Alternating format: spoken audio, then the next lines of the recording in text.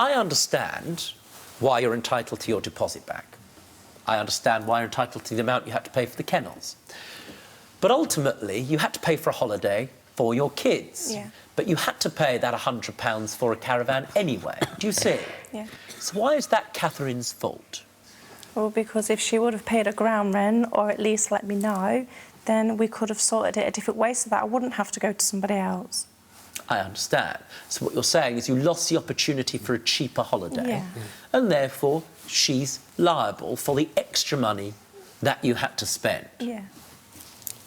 Now, you booked that new caravan roughly around May, correct? Mm-hmm. So it wasn't like it was last minute and you did shop around, correct? Yeah. Understood. Now, what you really want, it seems to me, and I can see Yvonne's face over there, is for people to know what Catherine is all about. Yeah. That you're here to teach Catherine a lesson. Wouldn't you agree, Yvonne? Not just Catherine, just anybody in general. If you're going to have a caravan and it's not connected, don't advertise it as rentable. Simple as. How about you, Kylie? What's your feelings towards Catherine? Exactly the same. I don't know how she can do that to children, like little children as well. Like, how does she sleep at night? So just to be clear, had Yvonne not got in touch with Kylie, this family and their children, who had saved for a year, would have shown up to a caravan with no electric and no gas. Is that correct? Correct? Correct. But could I say something? No, you may not. You have a counterclaim in this matter. It's a case that's brought against you by this couple for £275. How much are you suing Nick and Kylie, this couple with their children, for? How much? 5,000. Because of what's happened to the caravans. The basis of that claim, I'm here because you're unattended by a lawyer, right, is for emotional distress. It is. Because they haven't been honest about everything, what they've been saying about me. They've put things on social media that everybody have seen. It's put stress on me and my family, and it's just bullying and slander. Have you got proof of that? Denise, would you stand next to your mum for a second? Because I can see that she's distressed, and I want you to be here as a support to her, if nothing else. You understand what mum is talking about, correct? Yeah, I do. Now, in order to claim malicious falsehood, you need to be able to provide me with the specific statement that you're referring to. That's the evidence. What statements do you believe that Nick and Kylie have made which lead you to believe that they have said something deliberately or wickedly false?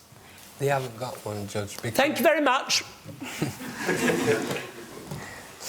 Are you able to identify whether any of those things that are said have been posted by either Nick or Kylie? I have seen what they've put, and I have been told what they have put as well. Where is it? It's not on here, Judge. Where is it? I have no idea. Now, Nick and Kylie, you booked a caravan from Catherine. You did so in good faith.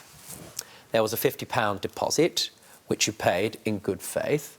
You believed that it would be habitable and a wonderful trip for your family. But for the intervention of Yvonne and the fact that she was keeping an eye on what was going on in that caravan park, you would have attended for that holiday and it would have been a disaster. You were utterly entitled to break the contract and ask for your money back. You were also entitled, bearing in mind how it took place, to your deposit that you'd paid for housing your dog.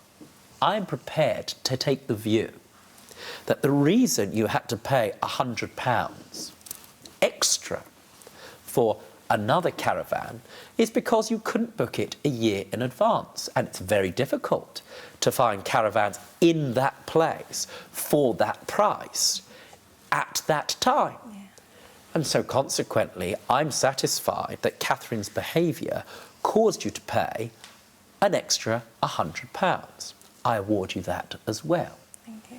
I can't award you £100 for distress, I'm afraid, because ultimately you had the holiday and the crisis was averted. Nevertheless, your application is for £275. This court awards you £175. Catherine, you have an absurd, I'm afraid to say, response, which is to sue these people for distress and harassment caused, you say, by false statements they've made against you. You have no proof whatsoever that it's been made by this couple. Consequently, for that reason alone, I have to dismiss your case. Your case is dismissed. You have no evidence. This court awards you £175, wishes you and your family a much better trip next year. Thank you. Thank you very much. Nick and Kylie were awarded £175 of their original claim.